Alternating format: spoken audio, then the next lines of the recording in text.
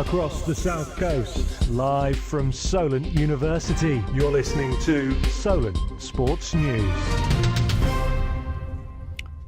Good afternoon, it's 1 o'clock. I'm Byron Goodchild with your lunchtime Solent Sports News bulletin. Southampton defender Kyle Walker-Peters is expected to come out of Gareth Southgate's starting 11 for England's clash against Ivory Coast tonight. Despite performing well last time out, the Saints fullback is predicted to be one of 10 changes to the side. Southgate hinted that even skipper Harry Kane could be rested ahead of tonight's fixture. If he had his way, he'd play 90 minutes of every fixture, which is a brilliant quality to have, because if your captain wants to be at every camp and playing every minute of every game, that sets the tone for everything else. I am now joined by Jake Clements, who is going to be speaking to me about the three Saints players who could be starting for England. So speak to us about Saints players, and will James Ward-Prowse start? James Ward-Prowse should start tonight, as he got no minutes against Switzerland on Saturday in a 2-1 win. James Ward-Prowse always plays with this air of confidence. You see it, he's always cool, calm and collected. He never does anything flashy unless he stood over a dead ball, and you know how deadly he is from just outside the area. He's always got this rivalry with Zaha, who should play for Ivory Coast tonight. That'll be interesting to see how he deals with that situation in the game. And Walker-Peters did brilliantly as well. The game on Saturday, he was always calm. He didn't really make many tackles because there wasn't much pressure from Switzerland, other than the goal they scored, obviously. And but he had 91% pass accuracy in that game. So he did brilliantly on his debut. And it would be interesting to see if Fraser Forster gets to play, because he hasn't played for England for 9 years. So he'll be cherishing the moment if he gets to start again. So do you think that Kyle Walker-Peters will start again, or? I doubt Kyle Walker-Peters will start, but there's a chance he could come off the bench, because he got about 60 minutes in the game before, so he's had his sort of like time to shine more or less. But I guess there's always a chance that he could come on afterwards, maybe get an extra 30 minutes in an England shirt once again.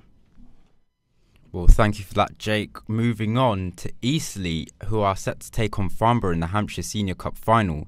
The game is set to take place at Eastleigh home ground, Silver Lake Stadium, with a kick-off at 7:45. Both teams will be looking for fresh silverware to their cabinet after being more than 7 years since either team was victorious in the tournament.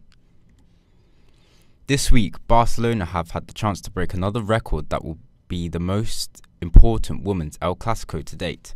Atletico de Madrid broke the 99-year-old attendance record for a club game in women's football in 2019. The current record stands at just below 61,000. Barcelona and Real Madrid look to set the beat later in the week. Former Chelsea owner Roman Abramovich has been seen in Istanbul for the first time since being a victim of an alleged chemical warfare poisoning. The Russian was involved in a peace talks with Russia and Ukraine after his country's invasion of Ukraine. He said he endured sore eyes and peeling skin, but is now recovering. Former chemical weapons inspector Jerry Smith believes this is an interesting development to the potential poisoning. On an individual, and somebody as high profile as we've seen is certainly an interesting development if it turns out to be the case of actual poisoning. Mercedes boss Toto Wolff has described his team's started to Formula One season as an exercise in humility. The German vows the team will not rest until they are back in the mix. Only salvaged 5th and 10th in last week's Saudi Arabian Grand Prix, rivals Red Bull and Mercedes occupied the top 4 positions. Saudi Arabia could host Alexander Usyk and Anthony Joshua rematch in late June, according to the Ukrainian's promoter Alexander Krasuk.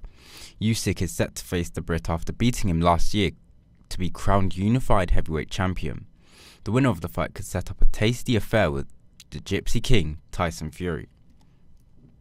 British doubles tennis player Joe Salisbury will be announced as the new number 1 at the start of next week. It follows after he and his partner Rajiv Ram reached the quarterfinals of Miami Open on Sunday. The 29-year-old will be third ever British player to be number 1 with both Andy and Jamie Murray. That's all for now. We'll be back in an hour. Remember, you can keep up to date with solentjournalism.co.uk.